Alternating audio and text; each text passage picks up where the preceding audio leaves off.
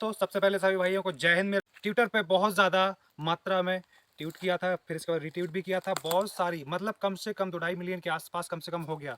तो क्या हुआ, उससे कहीं ना कहीं हमें कुछ तो मिलेगा, मतलब कहने का कुछ तो मिलेगा, हमको यही उम्मीद थी। लेकिन आइए हम आपको आज बताने जा रहे हैं, आपको थंबनेल से पता चल गया होगा, हम आपको आज यही बताने जा रहे हैं कि आपकी भर्ती कब आएगी और आपकी परीक्षाएं कब होगी इंडियन आर्मी की, और साथ ही साथ जो वैकेंसी रुकी हुई थी उन सारी वैकेंसियों की भर्ती कब होगी। तो दोस्तों चलते हैं आज हम इस चर्चा पे कि कब आपकी भर्ती होगी। सबसे पहले आपको ये बताना चाहते हैं कि जिस प्रकार से आपने ट्वीट किया है, ठीक है, ट्विटर में, आपका उस हिसाब से संसद में बात चली हुई है और ये बात आपकी कंटिन्यू चलेगी जब तक भर्ती नहीं आती है। जब तक आपको क्या करना है, ट्वीट करते रहना है, बराबर अपनी लड़ाई लड़ते रहना है। और एक बात और आप ठान लीजिए, जब तक जिन एआरओ की पहले भर्ती हो चुकी थी उनकी परीक्षा नहीं हुई है, सी नहीं हुई है, तो आप समझ लीजिए तब तक आपकी भर्ती नहीं आने वाली है। आप चाहे लखनऊ एआरओ से हैं या फिर किसी अदर एआरओ से है, कोई भी एआरओ हो, आपकी वैकेंसी नहीं आने वाली जब तक उनकी परीक्षाएं क्लियर नहीं हो जाएंगी। इस बात को आप गांठ मान लीजिए। दूसरी बात, अब मैं आता हूँ, बहुत सारे यूट्यूबर जो होते हैं वो बता रहे हैं कि भैया भर्ती आएगी, अभी आनी है, ये होनी है, वो होनी है। तो भाई साहब ऐसा कुछ नहीं है, अभी 1 महीने के अंदर कोई भर्ती नहीं आने वाली है। आपसे मैं फिर से कह रहा हूँ कि जब तक वो वैकेंसी फाइनल नहीं होगी तब तक आप भर्ती नहीं समझिए। अच्छा, वो वैकेंसी कब फाइनल होगी, चलिए वो बताता हूँ आपको कब होगी।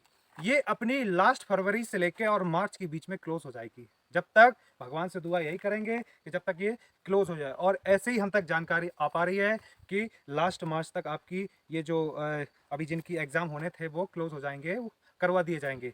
इसके बाद अपनी जो भर्तियां रह गई, जिन भी बीआरओ की, आरओ के, जेडआरओ जितने बच्चे हैं सबकी भर्ती आएगी। कम से कम इस बार आप ये मान के चलिए कम से कम 1.5 लाख वैकेंसी आएगी केवल लखनऊ एआरओ, 2-3 एआरओ के अंतर्गत।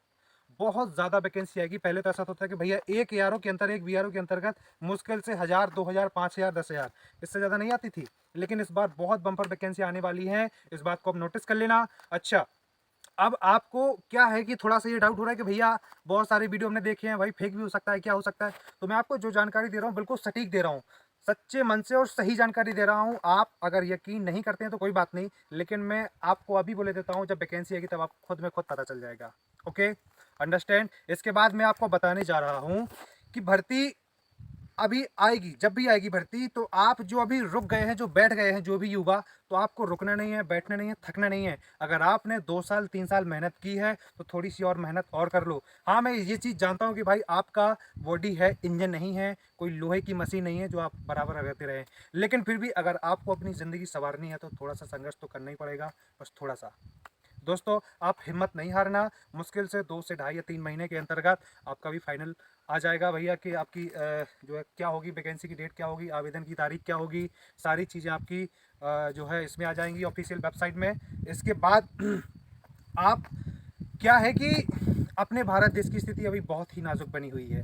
अभी देखिए फिलहाल में जो जो रेलवे वालों ने किया है, आरआरसी वालों ने किया है, तो उन्होंने बहुत ही गलत शब्द बोला है। ये बोला था कि इतने सारे युवा हैं, मैं भाई करोड़ों युवाओं को कैसे दे पाऊंगा, मैं कैसे इनकी परीक्षा ले पाऊंगा। तो भाई साहब जो करोड़ों युवा अगर उन्होंने फॉर्म डाला है, अप्लाई किया है, तो भाई साहब आप ये भी तो सोचिए कि वो कैसे हो गए इतने, वो हो कैसे गए यार। तुमने वैकेंसी नहीं दी है, गवर्नमेंट ने वैकेंसी नहीं दी है ना, तभी तो वो हुए हैं। नहीं तो उनको शौक चढ़ा है क्या कि वो, अरे कोई राई का पेड़ है साला, सरसों का पेड़ तो है नहीं कि वो जल्दी से 1 महीने में बड़ा हो गया। तुमने खुद यार, जब से गवर्नमेंट आई है, चूंकि मैं इस बात में कोई भी इंटरफेयर नहीं ठीक है करना चाहता, लेकिन मैं मजबूर हूँ आज कि जब से ये गवर्नमेंट वाली चीज़ें वो होती है ना यार, तो बड़ा दिक्कत होता है इसमें, बच्चा पूरा झुलस जाता है यार। तुम्हारी गवर्नमेंट आती है, तुम बड़े बड़े यार बयान देते, बड़े बड़े बोल देते हो केवल एक वोट के लिए कि भाई इनका वोट मिलेगा मुझे, मैं ये करूंगा, मैं इतना रोजगार दूंगा, मैं इतनी योजनाओं के अंतर्गत काम करूंगा, फिर मैं आपको इतनी नौकरियां दूंगा। लेकिन होता क्या है यार, फिर जब आपका दूसरा चुनाव होने की उसमें रहता है तब आप उसको वैकेंसी को लटका, यूपी पुलिस, यूपी दरोगा की वैकेंसी आपने ठीक है लटका दी है, कोई मतलब नहीं उसका। अब अगर आपकी गवर्नमेंट आती है दोबारा यूपी में, तब तो भर्ती ठीक है। अगर कोई और चेंज होता है तो भाई वो अपने अकॉर्डिंग काम करेगा, फिर ठप हो जाएगा कोई ना कोई मामला। तो बच्चों की एक तो एज हो रही है, दूसरा अगर वो और कुछ अगर वो करेंगे तो कुछ तो करेंगे, कुछ तो होगा। लेकिन वो भी नहीं कर पा रहे, वो अटके हुए हैं बीच के बीच, केवल इन सरकारों की वजह से, क्योंकि ये सरकारें पूरी तरह भ्रष्ट है साली, इनके अंदर कुछ भी नहीं बचा, पूरा खोखला है। तुम्हारे अंदर यार है क्या साला, तुम लाखों करोड़ों रुपए छाप रहे हो यार, मिनटों में छाप रहे हो, लेकिन बच्चों के लिए कुछ नहीं सोचा तुमने यार। सब कुछ तुम्हारे हाथों में है यार, चाहे जहां देख लो साला पूरी सरकार तुम्हारे हाथ में है। फिर भी तुमने इतने बड़े बड़े वचन दिए, इतने बड़े बड़े प्रवचन दिए, लेकिन कुछ नहीं हुआ आपकी प्रवचनों का यार। तो मेरी गुजारिश है कि जो भी इंडियन आर्मी वाला बच्चा है, जो भी बच्चा है, वोट साला किसी को नहीं देना है, चाहे कोई भी गवर्नमेंट हो, चाहे किसी की जो है सरकार बनने जा रही हो, किसी को वोट नहीं देना तब तक जब तक हमारी इंडियन आर्मी की भर्ती ना आए।